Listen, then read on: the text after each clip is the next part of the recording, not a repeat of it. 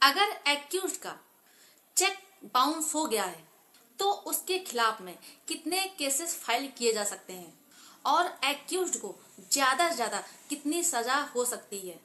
क्या एक्यूज को cheque bounce होने के बाद 7 साल की सजा हो सकती है या फिर नहीं। तो आज के इस वीडियो में हम इन सारे सवालों का जवाब जानने वाले हैं। तो ये वीडियो आप सभी लोगों के लिए बहुत ज्यादा महत्वपूर्ण होने वाली है। तो इस वीडियो पूरा अंत तक देखना है, बिल्कुल भी स्किप नहीं करना है, तभी आप सभी लोगों को अच्छे से जानकारी समझ में आएगी। दूसरा काम आप सभी लोगों को ये करना है, अगर आप लोग नए हैं, चैनल पहली बार आए हैं, तो ये आप लोगों का ही चैनल है, आप लोग इसे सब्सक्राइब जरूर कर दें। अगर किसी भी एक्यूज का चेक बाउंस हो जाता है तो कौन कौन से केस हो सकते हैं। मान लीजिए कि दो पार्टियों के बीच में कोई लेन देन है और उस लेन देन को उतारने के लिए चेक इशू कर दिया जाता है। तो अब यहाँ पर जिस व्यक्ति ने वो चेक इशू किया है, उसने चेक इशू होने के बाद अगर बैंक में जा करके अपना बैंक खाता क्लोज करवा दिया है ताकि कंप्लेनेंट को कोई भी पैसा ना मिले, तो यहाँ पर ये चीज साफ दिखती है कि एक्यूज की जो मंशा है वो गलत है। तो यहाँ पर अगर चेक बाउंस हो जाता है तो जो सबसे पहला केस होता है वो एक्यूज के खिलाफ में बनेगा, जो कि चेक बाउंस का केस होता है। ये जो केस है ये एक बेलेबल ऑफेंस है, इसमें ज्यादा से ज्यादा 2 साल तक की सजा हो सकती है। इसके साथ ही साथ अगर उसने चेक देने के बाद अपने अकाउंट को जानबूझ करके क्लोज करा दिया है तो यहाँ पर उसके खिलाफ में चीटिंग यानी कि 420 आईपीसी और 318 बीएनएस के तहत भी केस बनता है और यहाँ पर उसके खिलाफ में एक एफआईआर हो सकती है। और जब यहाँ पर एफआईआर का केस चलेगा तो उस व्यक्ति को 7 साल तक की अधिक से अधिक सजा मिल सकती है। इसके अलावा जो तीसरा केस एक्यूज के खिलाफ चल सकता है वो है रिकवरी का।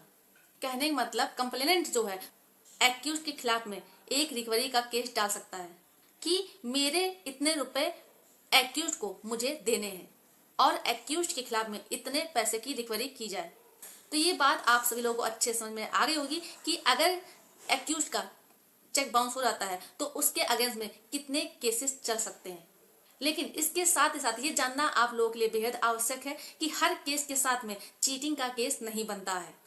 ये सिर्फ और सिर्फ डिपेंड करता है कि जिस व्यक्ति ने चेक दिया है उसकी इंटेंशन चेक देते समय कैसी थी।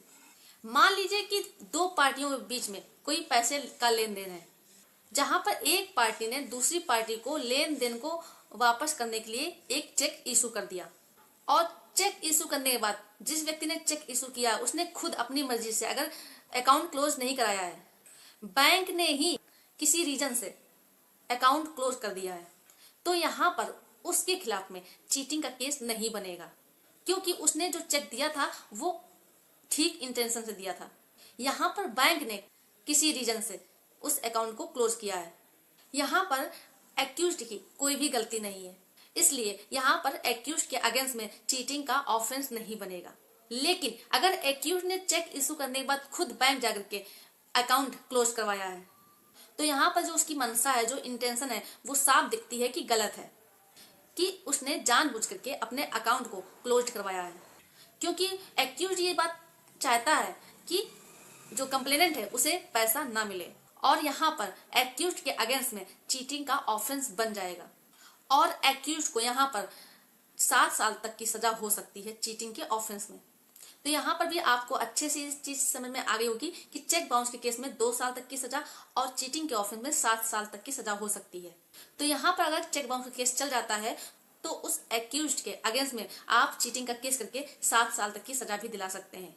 और जिस जजमेंट में इस लो पॉइंट को डिसाइड किया गया है उस केस का टाइटल है Subodh S Salaskar versus Jayaprakash M Shah, जो कि 2008 में ऑनरेबल सुप्रीम कोर्ट का जजमेंट आया था।